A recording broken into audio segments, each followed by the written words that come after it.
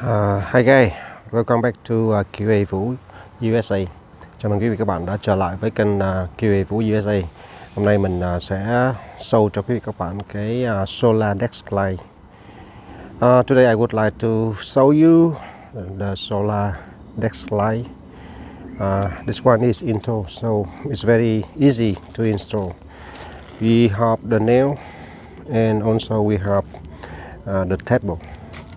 So this is this one.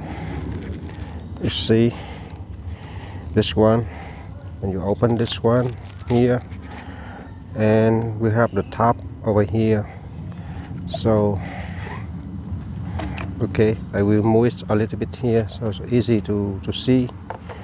So I will open open this one and put it in here. Yeah, put it here and I put it out. Okay, so we will put it over here. Yeah.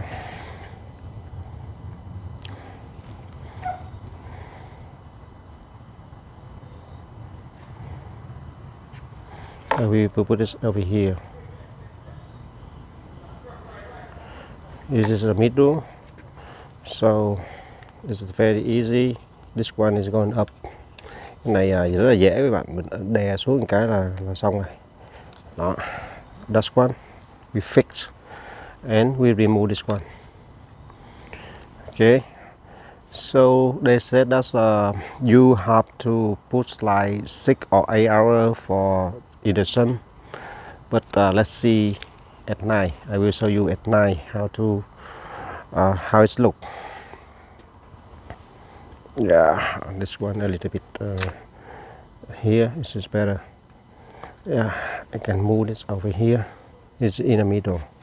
You see, over here is one and one here. And this bracket is we have 16. Cái này mình có 16 cái bóng, 16 cái bóng. Thực ra thì nó không có sáng nhiều lắm đâu, nhưng mà nó vừa đủ trong cái desk của mình, giống như mình trang trí thôi. This is like decorate. Decorate.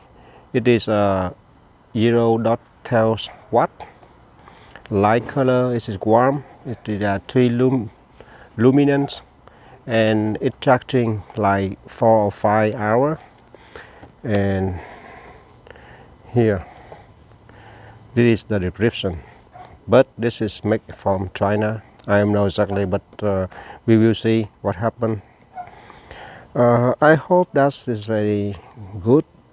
So I will show you at night and how it look. Okay, so very quick review how to install the solar desk light. It look like that. It's not very big. Not very big, but it's okay. You can see this one. Yeah, it's not very big. Này thì nó không có lớn lắm quý vị ha, và nó có khoảng chừng cái volt của nó này, là cái watt của nó là 0.12 watt rồi. Here 0.12 watt rồi. Warm white color. This is warm white. Light brightness. This is nó cái độ sáng của nó là 3 luminous. Nó sạc là trong vòng 4 đến 5 giờ. Cái kích thước của nó là 3.46 x 1.7 x 1.85 inch thì nó không có lớn lắm. But I think it's very good. Okay, just quickly for a short video to show you how to install the solar desk light.